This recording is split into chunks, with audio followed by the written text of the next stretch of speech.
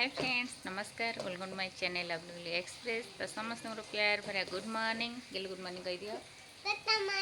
तो ये गेलु पूरा रेडी है सका गाधे पाधे पूरा मेकअप हो बसला गेलु सका ना। तो आशा करें समस्ते बहुत भले थे आम बहुत भले अच्छु आपटे तो पूरा वर्षार जानते हाँ हाँ एपटे 3 दिन है कंटिन्यू पूरा वर्षा चलती जमा भी छाड़ूनी जोटे घर बाहरी होनी आबे माने घरे तो रोचे आ कौन ब्लॉग आनी से आम घर ओडिया घर सब बहुत बढ़िया बढ़िया खाଇବା जोटा कि आम देहपाई बहुत हेल्दी से खाଇବା सब आणुची चैनल रे जड़ित रुहतु आउ मु मझे मझे गैप दे पारुनी कहीं कुकिंग कला माने स्टैंड रे मोबाइल रखा पड़ुची से मझे मु काढ़ुनी कैमेरा कैमेरा काढ़ला माने पुणी आउ थे सेट करिया टाइम लगुच मु कैमेरा सेट पुणी आमर नुआ रेसिपी आपन केमती लगुच आम माने चैनल रे आपन ब्लॉग कि रेसिपी कि ट्रैवल ब्लॉग कौटा देखिए भल लगे निहाती कमेंट रे जानबे आम से आने चेष्टा करूँ एवं जेहेतु वर्षा दिन चली मुझे आणुची आ कि दिन गले आनी ट्रैवल ब्लॉग आउ तो गोटे घरे ना कौन ब्लॉग आणबू आ गोटे रूम रे खाली रोचे रोसे खाई पीकी से कौन ब्लॉग आनी बोली आणुनी बस चेष्टा कर आम ओडिया घर किसी खाଇବା आपण पाखे पहुँचेबी से गोटे नुआ चेष्टा मु आरंभ करी जोटा कि आपण पाखे आम ओडिया घर खाଇବା पहुँचेबी जदि आपण मैंने भी किसी जानते मत भी कमेंट रे शेयर करूँ मुझे निश्चिंत घरे बनई ट्राए करी आउ चलतु आज आम कौन रेसिपी स्टार्ट करूँ हाँ कौन रेसिपी दबा आज गोटे सागर रेसिपी आनिबा चलतु फास्ट आग बनईदबा टे आज सजना साग समस्त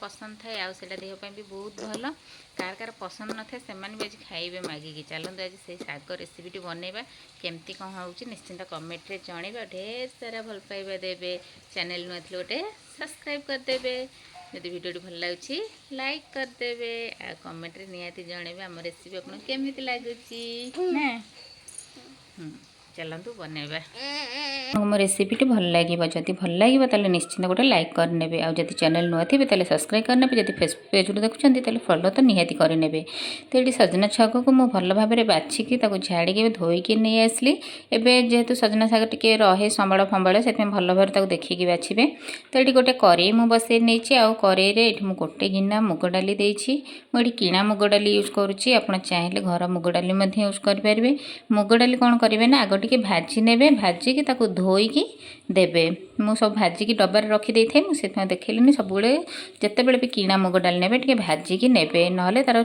नाड़ अंश रो मुग डाली गोटे गिना नहीं आउ पानी मुझे गोटे गिना से गोटे बड़ पियाज मु काटिकी देती आम टेस्ट अनुसार टे लुण देदेबा डाली की देखिकी लुण देवे आउ लुण देदेकी आम कौन करें ना टे भल भाव में मिसई नवा तो भल भाव मिसेकी टे ढांकण देकी आम 5 मिनिट छाड़ीदबा 5 मिनिट पर मु ढांकण काढ़ी देखुँ देखो पानी आमर मरी आसला आ डाली पूरा सीझेबे डाली भाया जमी ना पूरा पेस्ट हो भल लगे देखा भी भल लगे खावाई भल लगे 5 मिनिट पर मुझे एपट सेपट कर पुणी ढांकण देदेबा एमती मझे मझे चेक करुवे ना डाली कौन हो पूरा सीझीज आ पानी पूरा मरीज से मझे देखुवे जदि आपको लगे डाली सीझिनी आ पानी दरकार हो पानी दे पारे तो एमती हाथ में दाबिकी देखिए आमर डालीटी 80% कुक करार अच्छी पूरा आम कुक करवानी कि पूरा ताको मिसेबानी तो ये नाला तो आउ टिके समय आम आपको फुटेदबा तो आउ टिके समय पर देखो टोटाल मत ये डालीटा करने 10 मिनट लगे आपको कम बेसी टाइम लगिपे तो एमती हाथ में टे दबेबे जब एमती दबी जाऊँ ना जानवे से परफेक्ट हो गला देखो डाली पूरा गोटा गोटा अच्छी ना से शाग उपर जो आसो देखिए बहुत सुंदर लगे आ पाटे खाइला बेलू डाली फ्लेवर आसो शागर फ्लेवर आसो ना बहुत टेस्ट आसो तेरे से डाली 80% है आम कौन करवा जो सजना शाग को धोईकी बाछिकी रखी थे ताकू ये पकईदबा ताकू डाली सहित भल भाव में मिसई नवा दर्शक बंधु गोटे रिक्वेस्ट जदि मो रेसिपी आपको पसंद आसो गोटे लाइक करदे और जब पसंद न डिसलाइक करेंगे तो जब चैनल नुआ अच्छा ताले टिके सब्सक्राइब करना और सब्सक्राइब कला पाखे थे बेल आइकन को प्रेस कर बिल्कुल भूलें जोटा मोर फास्ट नोटिफिकेशन आपन पाखे पहुँचीज आदि फेसबुक पेज देखते निहाती भाव में फॉलो करनी मु चेष्टा कर सब आमर ओडिया खाଇବା आपण पाखे पहुँचापी यहाँ मो आई जेजेमार रेसिपी जोटा कि एवं जानी शागटा आम देहपाई केते भल आउ केते ମାନେ ହିତ। ତ ଶାଗ ଖାଇବା ନିହାତି ଜରୁରୀ। ଯେଉଁମାନେ ସଜନା ଶାଗ ଖାଲିରେ ଖାଉନାହାନ୍ତି ନା, ଏଇଭଳିଆ ଗୋଟେ ଥର କରିକି ଦେବେ, ଦେଖିବେ ସେ ନିଶ୍ଚିନ୍ତ ଖାଇବେ ଆପଣଙ୍କଠୁ ମାଗି ମାଗି। ତ ଏଇଭଳି ଭାବରେ ଶାଗ ଆଉ ମୁଗକୁ ମିଡ଼ିୟମ୍ ଆଞ୍ଚରେ ଏମିତି ମିଶାମିଶି କରିକି ଟିକେ ଟିକେ ଭାଜିଦେବା। ଆଉ ଶାଗଟା ଯେତେବେଳେ ସିଝି ଆସିବ ନା ଜାଣିବେ, ସେତେବେଳେ କ'ଣ କରିବେ ନା ଏମିତି ଗୋଟେ ପ୍ଲେଟ୍କୁ କାଢ଼ି ନେବେ। ଏଥିରେ ଆମେ ଜମା ବି ଛୁଙ୍କ ହକା ୟୁଜ୍ କରିନଥିଲେ। ତ ଏଇଟା ଏମିତି ଗୋଟେ ପ୍ଲେଟ୍କୁ କାଢ଼ି ଦେଇକି ସେଇ କରେଇଟାକୁ ଟିକେ ଧୋଇକି ନେଇ ଆସିବେ। ଆଉ ସେଇଥିରେ ଏବେ କ'ଣ କରିବେ ନା ଆମେ ଦେଇଦେବା ଟିକେ ତେଲ। ମୁଁ ଏଇଟା ସୋରିଷ ତେଲ ୟୁଜ୍ କରୁଛି, ଆପଣ ରିଫାଇନ୍ ତେଲ ମଧ୍ୟ ନେଇପାରିବେ। କିନ୍ତୁ ସୋରିଷ ତେଲଟା ମଧ୍ୟ ଆମ ଦେହ ପାଇଁ ଭଲ, ଆଉ ମାନେ ଖାଦ୍ୟର ସ୍ୱାଦ ବି ଆଣିଥାଏ। ତ ସେଥିପାଇଁ ଆମେ ଏଠି ପୁରା ଗରମ ହେଇସାରିଲା ପରେ ଦେଇଦେବା ଟିକେ ତେଲ।